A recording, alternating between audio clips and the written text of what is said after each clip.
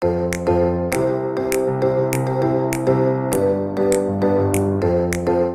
belajar melalui games. Banyak kosakata yang datang tidak lewat kita, lewat YouTube.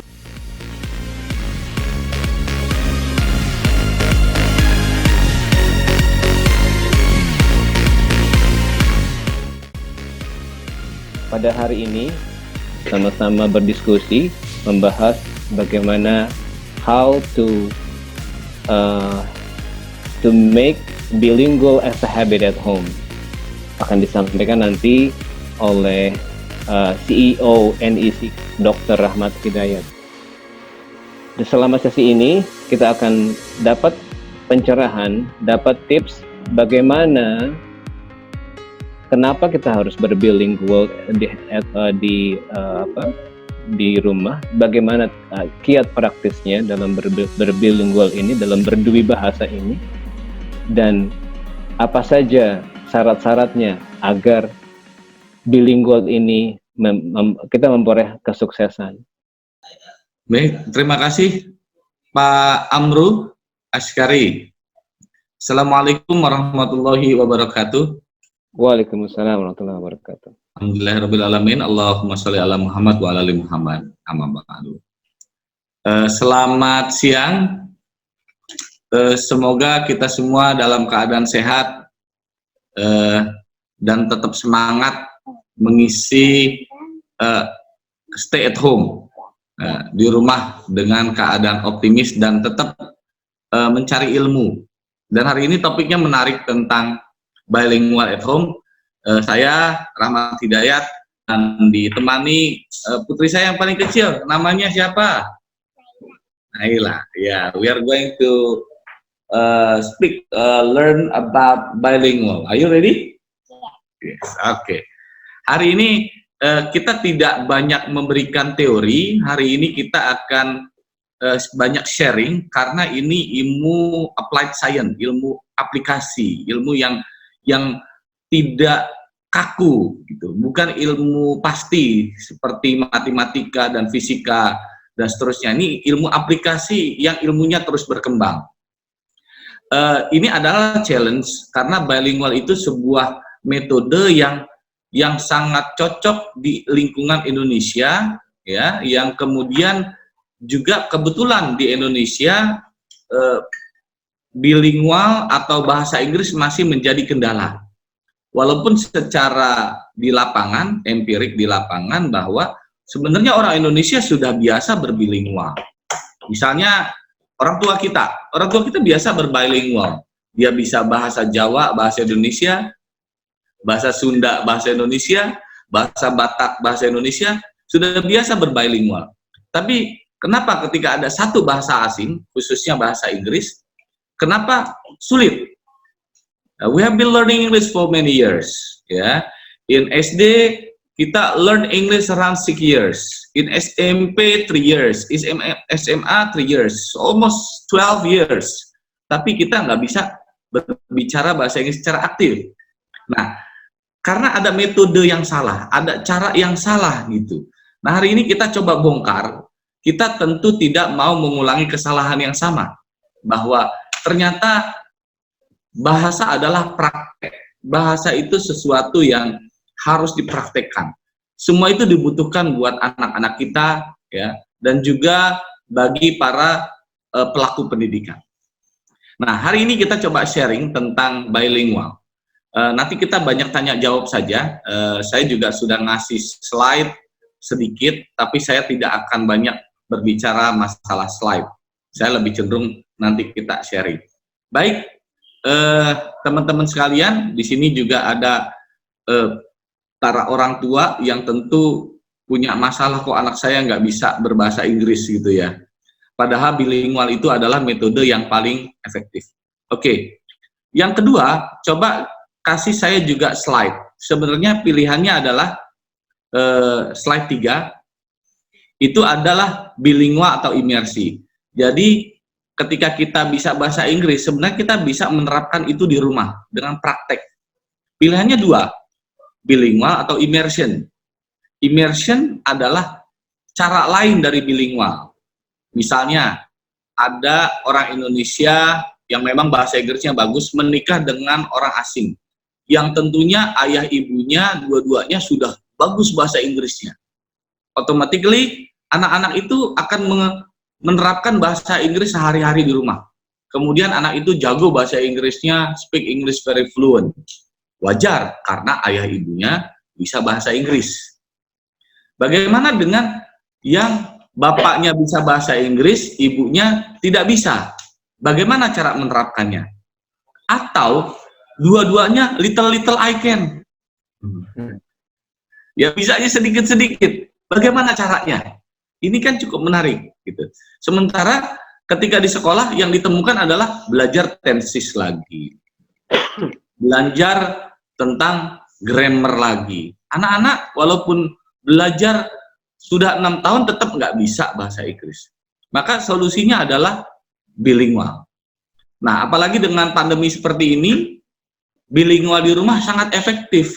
Karena waktu kita untuk berinteraksi dengan anak itu juga makin bagus. Teori dasar pertama adalah, the first, actually all people can speak English, at least they must practice in 1000 hours. Dia harus praktek 1000 jam. Bahasa apapun, kalau dia praktek 1000 jam, pasti bisa.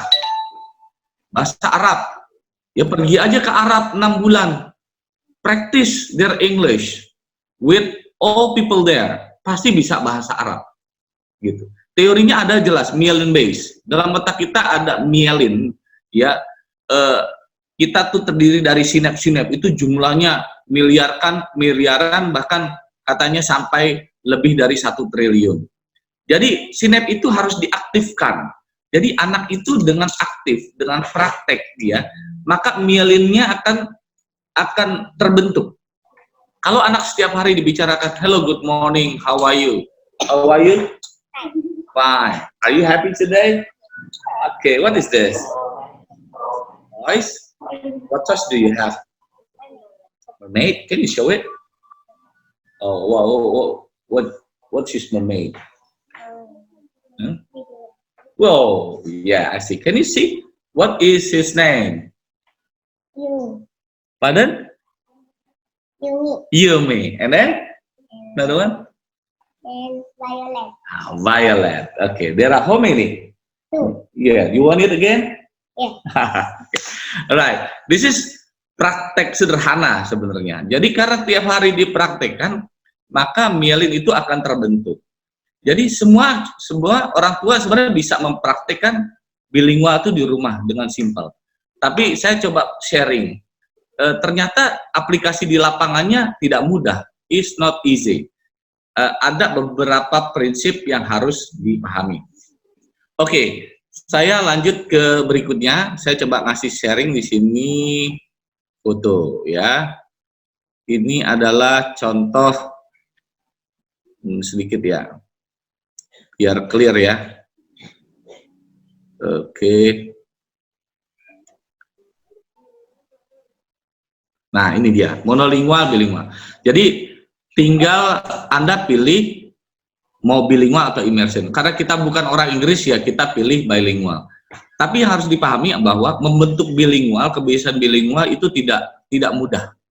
Itu butuh waktu 3 sampai 10 tahun. Masalahnya orang tua itu pengennya cepat.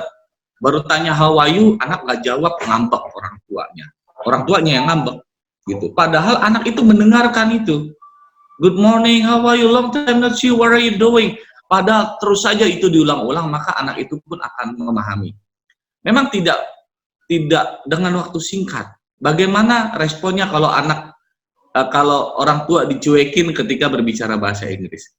Padahal bilingual itu artinya masih boleh menggunakan 2 bahasa. May I menemani you tonight? Boleh. You playing what? Playing dolls. What is this? Cars. Is that good? Yes. All right. What is this? Bubble. Can you show us? Okay. How to open? Open like this. Okay. And this is actually a soap for body, but can be for bubble. Like this. Oh, what's the patterns? Giraffe. Like a giraffe? Yeah. Okay. How to play it? Yes, blow the bubble. Wow, thank you. Naila ya, short conversation. Mei campur-campur, nggak ada masalah karena ini adalah bilingual. Ya. Dan tidak membuat anak stres, nggak boleh. Oleh sebab itu ada beberapa keyword dan prinsip yang ingin saya sampaikan. Nanti Anda akan kagum ketika tiba-tiba anak itu berbicara bahasa Inggris mulai dari vocab yang simple sampai dengan vocabulary yang sangat kompleks. Yang berikutnya, bagaimana dengan tips berikutnya, yaitu menciptakan tools. Oke, nah saya coba sharing di sini. What are the tools? Oke, coba silakan. Saya pertama kata kuncinya adalah orang tua. Orang tua nggak perlu khawatir, Pak, bahasa Inggris saya jelek. Ingat loh, bilingual itu two languages. Boleh campur-campur. Masa sih kita sudah 12 tahun belajar bahasa Inggris, bahkan sampai tambah kuliah, nggak bisa ngomong. Saya yakin all parents can speak English. Cuman masih nggak pede. Saya yakin semua orang tua juga pengen punya teman kan untuk praktek. Nanti kalau anaknya bisa bahasa Inggris, punya teman untuk praktek, enak sekali rasanya. Makanya orang tua juga harus praktek, dan anak itu adalah sebenarnya pendengar yang baik, good listeners. Dan orang tua ketika dia berbicara, punya partner berbicara, anak sendiri itu luar biasa. Yang kedua adalah time, waktu, timing yang tepat. Kebanyakan orang tua nggak paham tentang time. Anak akan tahu kapan dia diajak bicara. Misalnya in the morning. Saya punya pengalaman, saya selalu mengajak anak berbicara bahasa Inggris sepanjang jalan ke sekolah. Kenapa? Karena sepanjang jalan di sekolah bisa menemukan banyak topik dan objek menarik untuk diajak bicara. Ingat, topik harus menarik. For example, butterfly, Naila. Do you like butterfly? Yes. Yes. Naila like if I talk about butterfly and fruits. And then, what else you like? Cat. Ketika cat pasti di count, dihitung. Jadi jalan menuju sekolah, dia tahu tersetting otaknya ketika mau jalan, oh speak English. Nggak usah disuruh, karena sudah rutin. Masalahnya nanti pada ajakan pertama, ya anak belum respon. Ajakan kedua belum respon. Tapi sudah ajakan kelima, ke-10, ke-20, ke-30, automatically anak akan mau berbicara bahasa Inggris.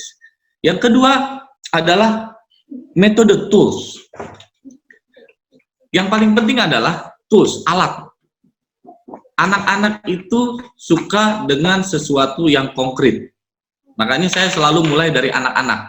Karena apa yang kita terapkan itu akan pengaruh pada waktu remaja. Saya punya pengalaman, ketika TK nggak berbicara. Tapi saya selalu praktek ngomong. Understand or not speak English. Dan mulai muncul di kelas 2 SD. Bayangkan, silent periodnya, periode diamnya 2 tahun. Memang dia menjawab hanya yes, no, okay. Itu sudah bagus. Itu memaknai bahwa dia sebenarnya paham. Dia listening, dia menyerap. Ingat loh, banyak teori mengatakan bahwa anak itu peniru yang baik. Makanya metode penting. Tools itu penting. So, when we talk in English, sometimes we talk about what? Toys. And then, sometimes we like going to Cimory. And then, what's your favorite place? Mall. Mall. And then? And then Apa? yeah, supermarket. What do you buy? Like Kinder Joy. Kinder Joy, chocolate. Because you will get. Toys. Okay, you like this? How to set it up? Yes. If you want to switch body, open the band. The band can be a ring. Okay. Ring. If you want to switch styles or switch bands, just switch like this.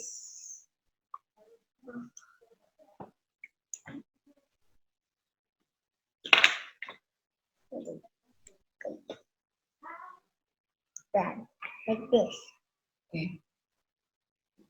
Oke, thank you. Nah, praktek adalah cara yang paling enak karena konkret. Jadi selain timing, we need tools. Ya, kita juga butuh place, tempat. Anak-anak tahu kalau misalnya kita ajak ke toko Indomaret, Alfamart, they must speak English. We will can give them a reward. Ya, anak-anak tahu benar kalau ke Indomaret atau ke Alfa atau ke tempat belanja, they must speak in English. Karena kalau nggak ngomong English saya nggak beliin. Jadi kalau di Indomaret tuh teriak-teriak, Daddy, I wanna buy this one, I wanna buy this one. Orang satu Indomaret ngeliatin semuanya. Tapi nggak apa-apa. Kita bukan mau show off. Itu membuktikan anak confidence untuk berbicara. Begitu. Jadi metode cara ini penting. Yang ketiga adalah lihat psikologis anak. Kata kuncinya adalah jangan membuat anak tertekan. Jangan membuat anak dipaksa bicara. Kalau dia nggak jawab, biarin saja. Jadi kata kuncinya dalam bilingual adalah menyenangkan. Ya, kalau nggak senang, stop bilingualnya. Kalau nggak menyenangkan, stop bilingualnya. Jangan diterusin. Yang penting anak happy, anak suka. Gitu. Jadi ketika dia silent bukan berarti dia tidak menjawab. Saya ulang ya. Ketika dia diam, ya, silent bukan berarti bilingual bahasa Inggrisnya nggak maju. Dia menyerap dan Anda akan kaget dan kagum tiba-tiba dia keluar bahasa Inggrisnya. Dan itu yang mengagetkan saya, tiba-tiba dia berbicara bahasa Inggris dengan sangat lancar, fluent. Kalau masalah grammar nomor 2, dia akan menggunakan grammar sesuai dengan logikanya. For example, I'm not know about this, Daddy. I think I want to buy, but this is I don't like. But I think banyak a-nya, banyak pause-nya. Tapi nggak apa-apa, ya. Lama-kelamaan dia akan terbiasa dan kosakatanya akan meningkat secara bertahap. Dan yang terakhir adalah environment. Bagaimana menciptakan sebuah lingkungan yang mendukung. Baik teman-teman sekalian, strateginya yang tadi saya bilang selain timing, place, tools, yang keempat adalah topik, yaitu cari topik-topik yang simple menuju spesifik gitu. Yang simple kan yang sudah rutin, wake up in the morning, ya. Kemudian apa? Makan, dining, kemudian learning, watching TV, udah pakai bahasa Inggris, campur saja gitu. Yang berikutnya adalah vocabulary. Kosakata itu terbagi 3. Yang pertama ada yang disebut dengan high frequency words, yaitu kosakata yang sering muncul seperti love, like, we, yes, no, have, want. Itu kata-kata yang sering muncul. Ada sekitar 1000 kosakata. Tapi nanti di slide saya kasih 100 kosakata yang sering muncul, ditemukan oleh Tony Bazen. Kalau mau di-copy silakan, di slide saya sudah sampaikan gitu. Ada 100 kata yang sering muncul. Orang tua harus tahu kosakata itu, ya. Jadi itu yang sering dipakai dan membentuk 50% percakapan di seluruh dunia, ya. Boleh di-copy, silakan. Terus kosakata yang menengah, ya, kayak kata I'd like to conduct a seminar. Kan biasa I want to do seminar. I conduct, kata-kata yang conduct itu kan jarang muncul gitu ya. Sampai kata-kata yang tinggi.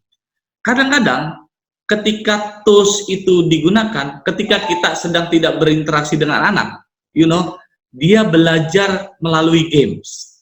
Banyak kosakata yang datang tidak lewat kita, lewat YouTube.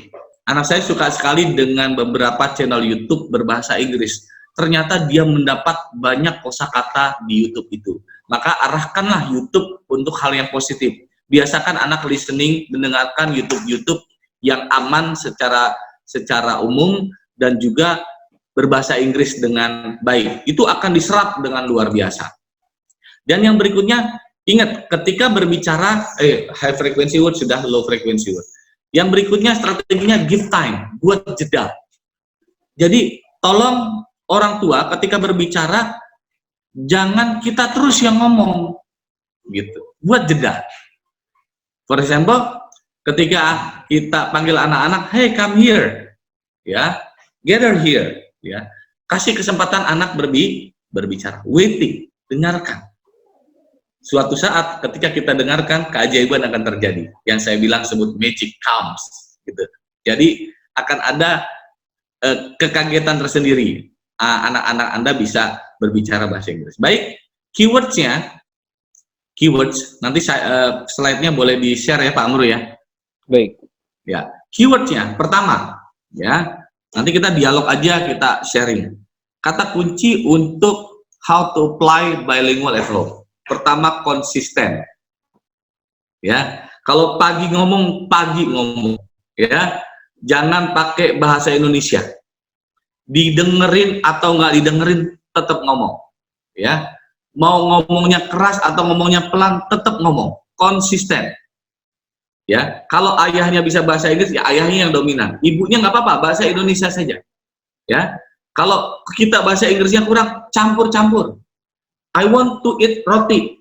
Please, roti is olesin mentega. You help me and tolongin me. Boleh. Nggak dosa kita ngomong salah. Ya, jadi konsisten. Saya biasanya konsisten di pagi karena siangnya kerja, di malam hari. Tapi konsisten dengan topik yang dia suka. Misalnya dia sedang main game, hey, what are you doing? What game are you playing? What game is it? Dia akan bercerita dengan semangatnya, karena topiknya dia suka. Jangan topik yang berdasarkan kita. Topik itu nanti akan berkembang. Dalam Cambridge University Curriculum, itu ada 60 topik yang selalu diulang-ulang. Makanya orang-orang yang pengen bicara bahasa Inggris, pelajarilah 60 topik dasar dalam bahasa Inggris. NEC punya kurikulumnya.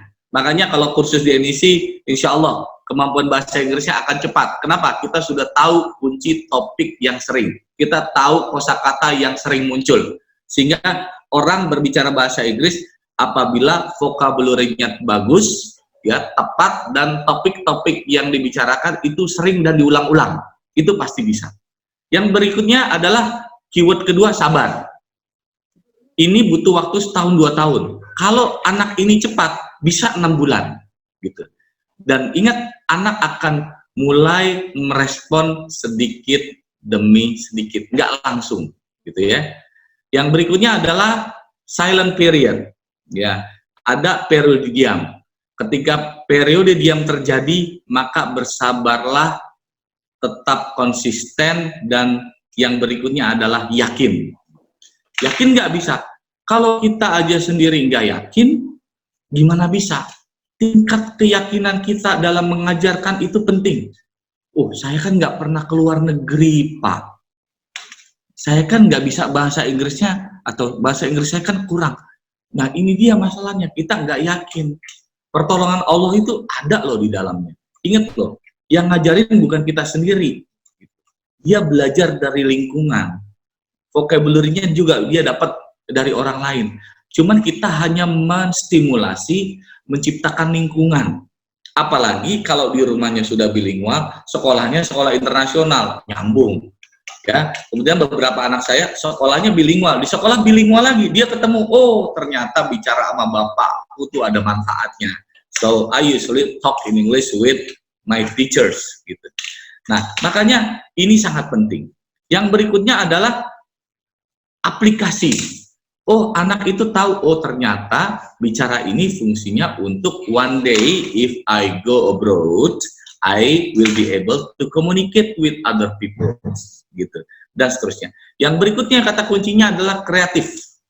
Ya, jadi orang tua harus kreatif using tools, using what? Games. You know, games, Naila?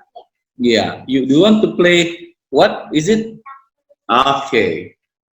Can you play? Show to me how to play it. Paper, scissors. And then? And we pick one by one. You can pick rock, paper, or scissors. Okay, one. Rock, paper, scissors, shoot. Who won? Me. Ah, you won. Nah. Oh my God, once again. Rock, paper, scissors, shoot. I won. Yeah. Here. Further. Where? What do you want? Here. Cheek or nose? Here. Okay. Yeah, I won. What about the score? Score. 1-1. 1-1. Oke. So, ya beginilah resikonya ngajarin bilingual sama anak celemotan lah gitu ya. But it's okay. Tapi anak-anak suka dengan hal-hal yang sifatnya praktisik. Dan sebenarnya apakah saya hanya bermain rock, paper, scissors, itu sebenarnya bisa dikembangkan lagi kosakatanya gitu. What is a scissors? Rock. Where can we find rock? We can develop a game and we can combine with many games gitu. Jadi kosakata menarik dan kita bisa berbicara bahasa Inggris tanpa terasa 2 jam, 3 jam gitu. Itu melebihi kursus gitu ya. Jadi ternyata lama-lama terbentuk lingkungan, mielin terbentuk, dan anak-anak sudah nggak terpaksa lagi berbicara bahasa Inggris. Dia enjoy bicara bahasa Inggris. Nggak ditanya juga gitu. Dia akan ngomong bahasa Inggris. Yang tadinya dia harus ditanya-tanya, speak English please, what's your name? Nanti dia duluan yang mulai. Gitu. Jadi nanti pada titik automasi. Automasi artinya apa? Saya menggunakan salah satu teori automasi, yaitu teori sehingga anak itu secara otomatis akan berbicara. Jadi itu adalah keyword kunci how to apply bilingual at home. Mudah-mudahan cara-cara praktis ini bisa diterapkan ya. Saya lebih suka nanti dengan dialog, kita ngobrol-ngobrol santai, dan ini hanya pengantar loh ya. Dan kebetulan metode ini juga kita terapkan di berbagai sekolah. Sudah ada 24 sekolah yang kerjasama dengan NEC dengan berbagai metode. Ternyata tidak hanya di rumah, sekolah pun bisa dibuat yang saya sebut dengan bilingual re-engineering. Jadi sekolah itu akan kita buat rekayasa bilingualnya.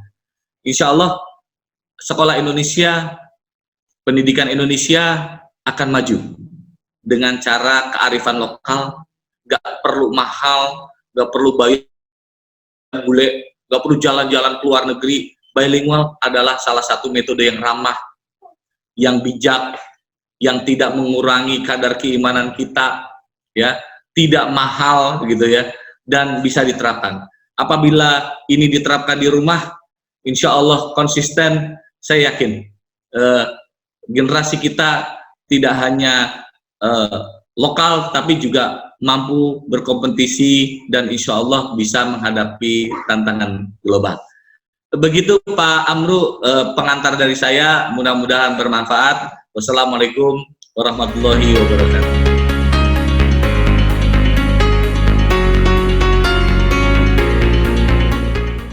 Baik, kita sudah di penghujung waktu nih, Bapak dan Ibu sekalian.